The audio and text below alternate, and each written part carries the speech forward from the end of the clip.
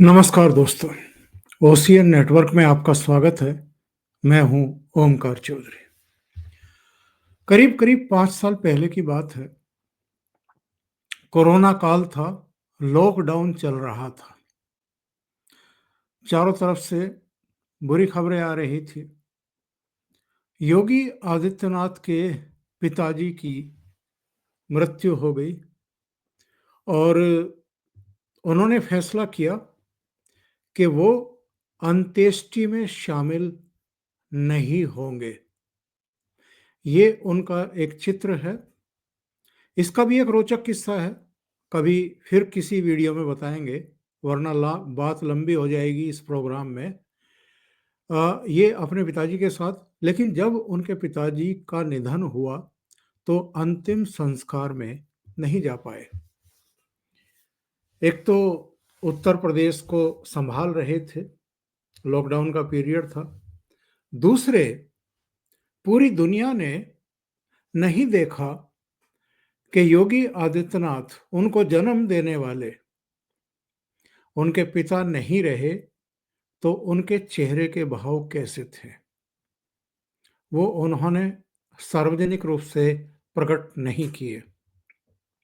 लेकिन उन्हीं योगी आदित्यनाथ का बुधवार की शाम को एक वीडियो सामने आया और उस वीडियो में वो बेहद भावुक दिखाई दिए।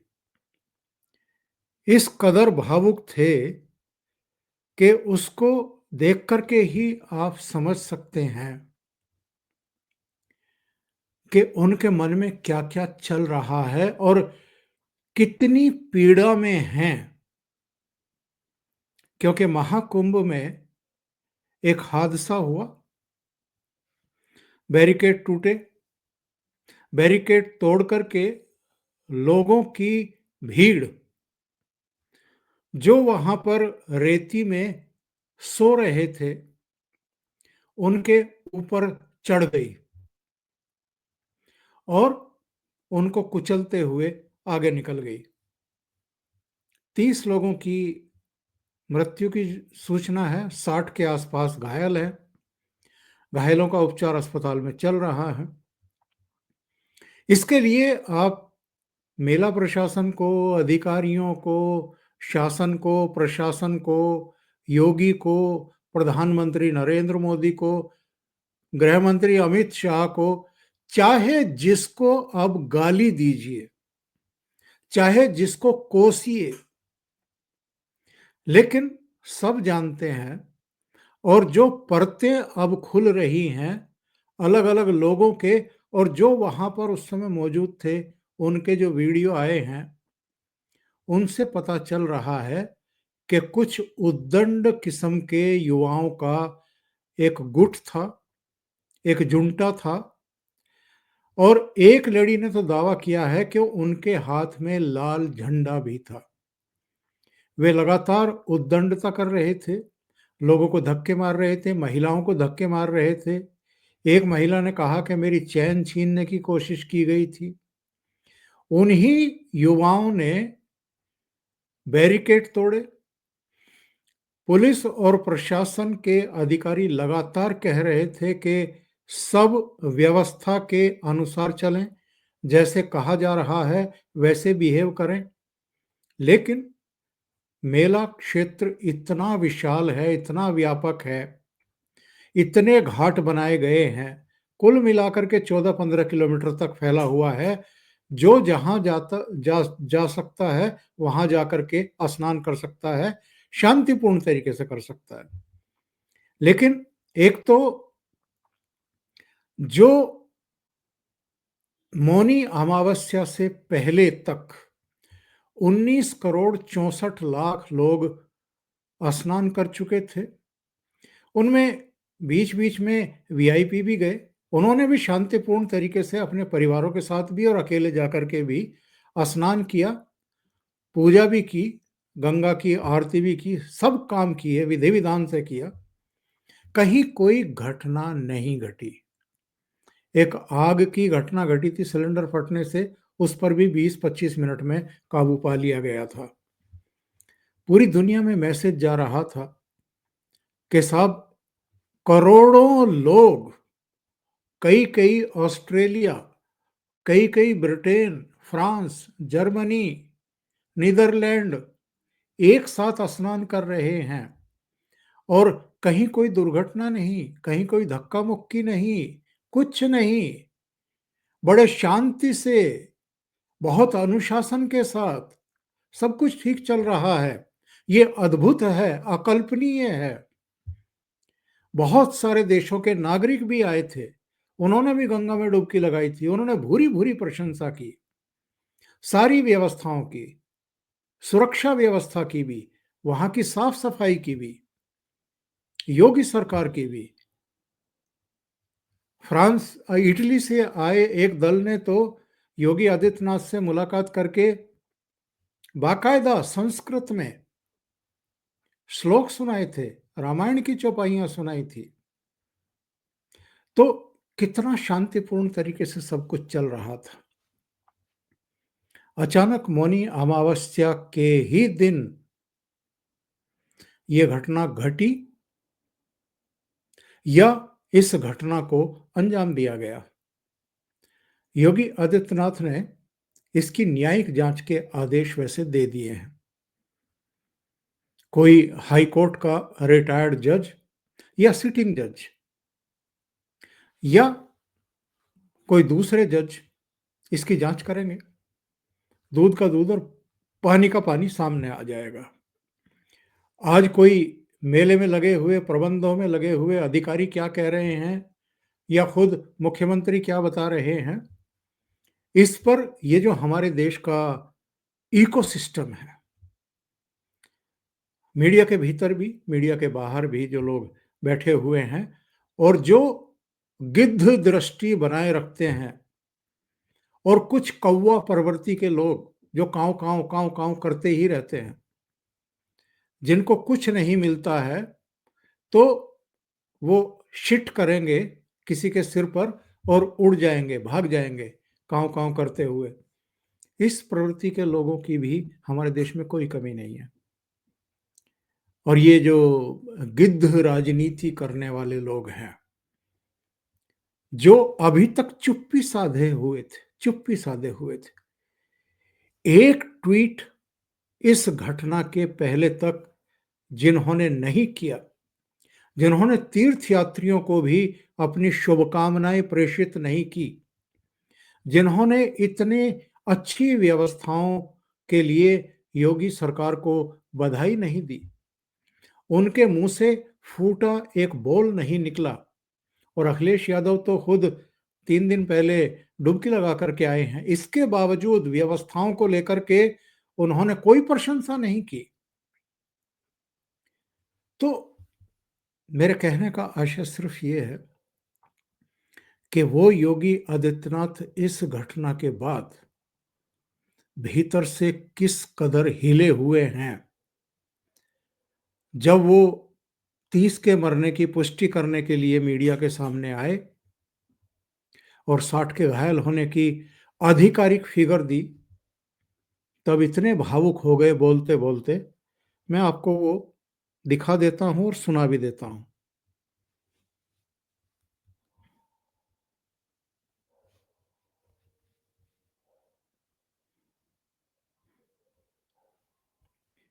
वो वीडियो मेरे पास है और मैं उसको प्ले करता हूं, आपको दिखाता हूं, ताकि आपको समझ में आए कि जो अपने पिता की मृत्यु के बाद उनके अंत्येष्टि में भी शामिल होने नहीं गए, वो प्रयागराज में महाकुंभ के अवसर पर, मौनी अमावस्या के स्नान के अवसर पर हुई दुर्घटना में जिनके परिजन नहीं रहे, दुर्घटना का शिकार हो गए, उनको लेकर के किस कदर व्यथित हैं, सुनिए।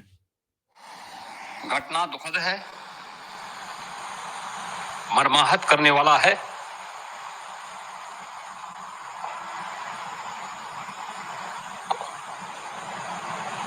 उन सभी परिजनों के प्रति हमारी पूरी संवेदना है। हम लोग रात्रि से ही लगातार प्रशासन के संपर्क में है। मेला प्राधिकरण, पुलिस प्रशासन, एनडीआरएफ, एसडीआरएफ,